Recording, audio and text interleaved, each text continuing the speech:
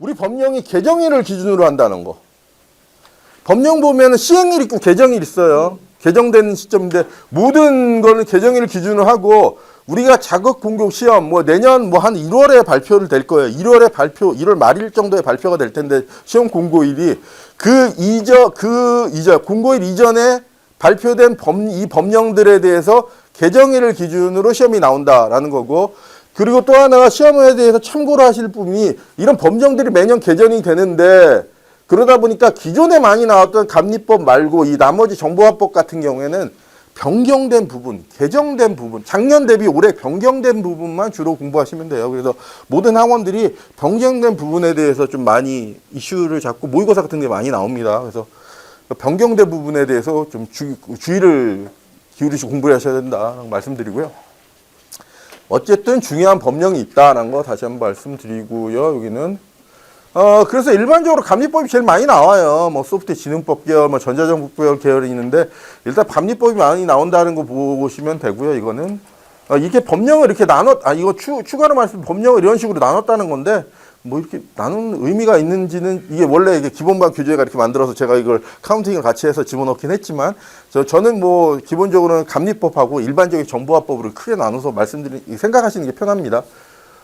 어쨌든 앞에 있는 내용은 크게 중요하진 않고 우리가 사업에 대해 분석을 한 내용들이니까 분석하는 내용에 대해서만 좀 보시면 되고요.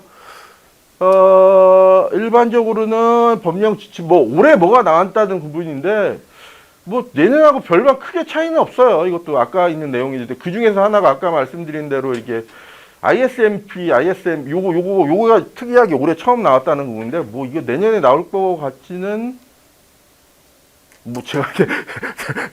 제가 안 와요. 그냥 일반적으로 다. 왜냐면 이게 정보와 감리하고 ISP하고는 조금 틀리죠. 범위 자체가 틀리기 때문에 나올 것 같지는 않은데, 이게 왜 나왔냐라고 말씀드리면, 얘가 기술사 시험에 나왔거든요.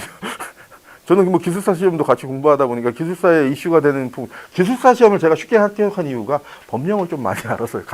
기술사 시험도 생각해 보세요. 기술사 왜 시험 봐? 기술사 따고도 뭘 할 수 있어? 라고 하면은 감리밖에 못해요. 돈하고 1대1로 기술사 시험을 따고 나서 할 수 있는 건 감리밖에 없어.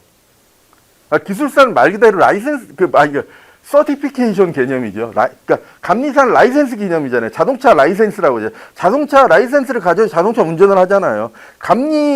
주석 감리 자격을 가져야 감리를 할 수 있는 거잖아요. 근데 기술사는 서티피케이션이라고 해서 그냥 자격을 그냥 넌 그 자격이다. 그 위치다라는 것만 파악해 주는 거잖아요. 기술사를 가지고 뭔가 할 수 있는 건 없어요. 그러다 보니까 기술사 시험에서 시험 문제가 감리 문제가 되게 많이 나와요. 생각보다. 그래서 감리법, 감리 절차 뭐냐 이런 거 손으로 쓰는 거죠. 거기는. 근데 기술사 시험은 소설을 잘 쓰신 분이 쉽게 합격하시더라고요. 소설을 잘 써야 돼요. 기술사는 근데 감리사는 팩트를 좀 알아야 된다는 게 좀 차이입니다. 팩트를 아셔야 된다. 법령은 구분이 있다라고 하는데, 법령 구분은 그냥 참고만 하세요. 이게 시험 문제 바로 나오는 건 아닌데, 우리는 주로 생각보다 이 훈련 규칙, 가이드 이런 식으로 시험 문제가 많이 나옵니다. 이런 부분. 큰 법률보다 이 하위단 법률에서 시험 문제가 주로 나온다는 거 정도 보시면 되고요. 전자정보법 같은 경우에서 얘가 제가 말씀드린 전자정보 이런 나오면 행안부 쪽에서 소속된 법령이다라고 생각하시면 되고요. 전자정보법에 관련된 내용들이 나오는데 전자정보법이나 전자정보법 시행령 같은 경우에 제가 한 번 더 말씀드리면은 감리법에 있는 감리에 관련된 부분만 시험에 나온다는 거 다시 말씀드리고요. 제가 이렇게 빨간색으로 표시한 애가 작년 대비 올해 개정이 된 법령이에요. 그럼 뭔가 개정이 된 거를 봐야겠죠. 물론 개정된 사항에 대해서는 이 교재에다가 제가 추가해 넣었습니다. 그래서 그런 부분만 주로 보시면 되고요. 그런데 제가 올해 저번 달 기준으로 개정을 했기 때문에 앞으로 또 시험 보기 전에 많은 개정된 법령이 또 있을 수 있잖아요. 그거는 또 개인적으로 공부를 하시든지 아니면 추가 모의고사 이런 걸 통해서 좀 중요한 건 제가 이렇게 모의고사 이런 거에 꼭 넣거든요.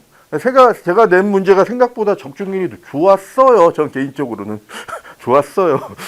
ISMP도 모의고사에 나왔었습니다. 물론 그건 100% 맞지는 않았지만, 제가 모의고사 낸 게 좀 더 어려웠습니다. 하여튼, 그래서 좀 잘 맞히는 편에 속한다고 개인적으로 생각하고 있고요. 어쨌든, 그런데 어쨌든 저장법 시행령 성과관리 지침